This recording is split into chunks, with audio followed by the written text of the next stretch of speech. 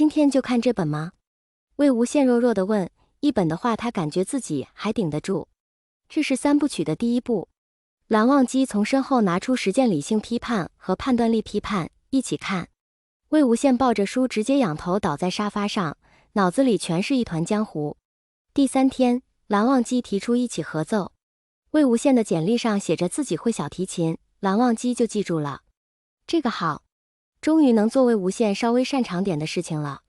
调好琴后，魏无羡拉小提琴，蓝忘机弹钢琴，两人一开始合奏了一曲贝多芬小提琴奏鸣曲第5号春之奏鸣曲。魏无羡一直很喜欢这首曲子，两人的配合十分默契。第1章就像小提琴与钢琴的问答句，你来我往，就像沉浸在春天气息中两只活泼可爱的兔子。第2章以优美柔和的语句相互交谈，让人仿佛如沐阵阵春风。一曲毕，魏无羡忍不住冲着蓝忘机会心一笑。好久没有这样开心的拉琴了，魏无羡浑身有种说不出的舒畅感。蓝副总，没想到弹琴这么厉害。魏婴也很不错。蓝忘机嘴角带着淡淡的笑意，但他手上没停，直接进入下一曲。魏无羡一听是帕格尼尼的 D 大调第1小提琴协奏曲，慌忙拿起小提琴赶紧跟上。结果整整一上午，魏无羡都在拉琴中度过，当年学琴考级时都没拉得如此勤奋。下午，蓝忘机再次将小提琴递给魏无羡时，魏无羡努力眨了眨眼睛，熟记的乐谱在心里已经搅成了一锅粥。第4天，魏无羡醒来时腰酸背痛，差点爬不起来，端着咖啡的手都在微微颤抖。蓝副总，今天有什么安排？魏无羡战战兢兢地问。假期已经过半，他怎么觉得比上班还累？今天不能陪你了。蓝忘机有些抱歉地说，叔父和大哥要过来。魏无羡，你陪我还是我陪你？那好，我就在房间里休息。魏无羡乐呵呵地说，需要我出去一会吗？不用，只耽搁一下。魏无羡和2位领导打了招呼便上楼了，窝在房间里玩了一会手游，又拿出藏在衣帽间里的薯片，边吃边看剧。这才是应该有的假期生活嘛。魏婴，敲门声响起，魏无羡一慌张，赶紧把剩下的薯片都塞进嘴里。你在吃什么？蓝忘机眉头一皱。魏无羡摇摇头，含糊不清地问，怎么了？蓝副总，叔父叫你。蓝董叫我干嘛？魏无羡拍拍身上的薯片屑，在蓝忘机眼神的催促下下楼了。魏婴，刚好你在。蓝启仁手里拿着一副纸牌，要斗地主吗？魏无羡天真的问。蓝启仁脸色一沉，蓝曦臣笑着解释，是打桥牌。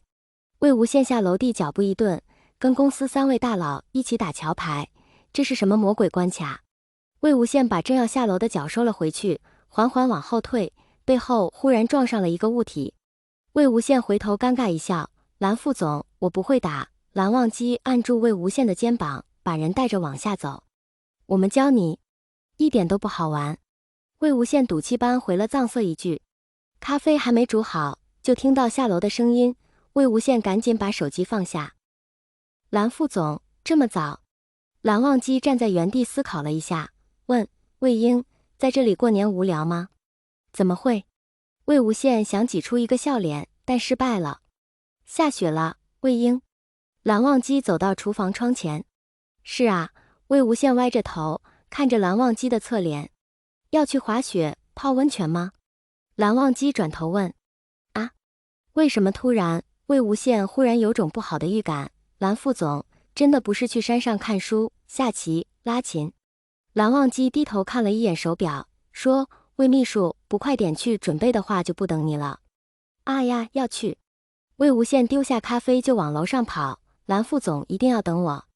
魏秘书，魏秘书，魏秘书。啊！靠在座椅上打瞌睡的魏无羡猛然惊醒，自己怎么睡着了？你怎么了呀？蓝副总已经先回房间了。工作人员提醒道。魏无羡看看四周，才想起来今天陪蓝副总在外的参加子公司的活动，但昨晚又是加班又是赶飞机的，压根没怎么睡觉，在场外休息时不知不觉就睡着了。哦，那我也回房间吧。魏无羡揉揉眼睛，疲惫地说。你在想什么呀？